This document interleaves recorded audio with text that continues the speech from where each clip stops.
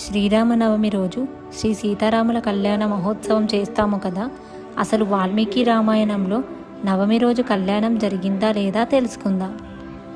శ్రీరాముడు వసంత ఋతువులో చైత్రశుద్ధ నవమి గురువారం నాడు పునర్వసు నక్షత్రపు కర్కాటక లగ్నంలో సరిగ్గా అభిజిత్ ముహూర్తంలో అంటే మధ్యాహ్నం 12 గంటల వేళలో త్రేతాయుగంలో జన్మించాడు.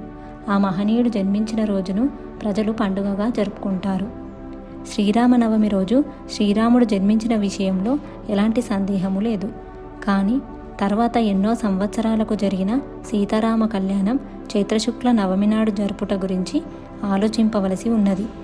ఉత్తరాది రాష్ట్రాలలో చైత్రశుక్ల నవమి నాడు శ్రీరాముని జయంతి మాత్రమే జరుపుచుండగా, ఆంధ్ర తెలంగాణ రాష్ట్రాలలో మాత్రమే శ్రీరామ జన్మోత్సవమునకు ప్రాధాన్యం ఇవ్వకుండా దానితో పాటు సీతారామ కళ్యాణం మహావైభవంగా జరుపుతారు.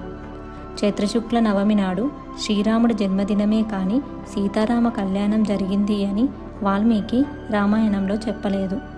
సంవత్సరం, నెల, తిథి పేర్లు చెప్పకుండా వాల్మీకి ఉత్తర ఫాల్గుని నక్షత్రమున వివాహం జరిగినట్లు స్పష్టంగా తెలిపినాడు. వివాహం చైత్రమాసంలో జరిగింది అని భావిస్తే ఉత్తర ఫాల్గుని నక్షత్రం నవమి నాడు కాకుండా త్రయోదశి నాడు వచ్చే అవకాశము కలదు. వాల్మీకి చెప్పిన దానిని బట్టి చైత్రశుక్ల త్రయోదశి ఉత్తర ఫాల్గునిలో కళ్యాణం జరగవలెను.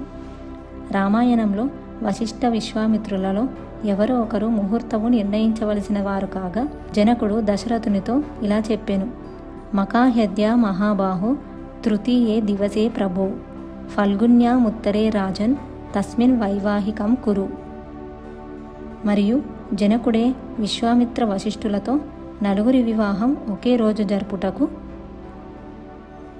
ఏకాహ్నా రాజపుత్రీనాం చతస్రూణాం మహామునే పాణిం గృహ్ణంతు చత్వారో రాజపుత్రా మహాబలాః ఉత్తరే దివసే బ్రహ్మన్ ఫల్గునీభ్యాం మనీషిణః వైవాహికం ప్రశంసంతి భగో యత్ర ప్రజాపతిః అని చెప్పుటను బట్టి చైత్రశుక్ల త్రయోదశి ఉత్తర ఫాల్గుని నక్షత్రంలోనే కళ్యాణం జరిగింది అని తెలుస్తుంది.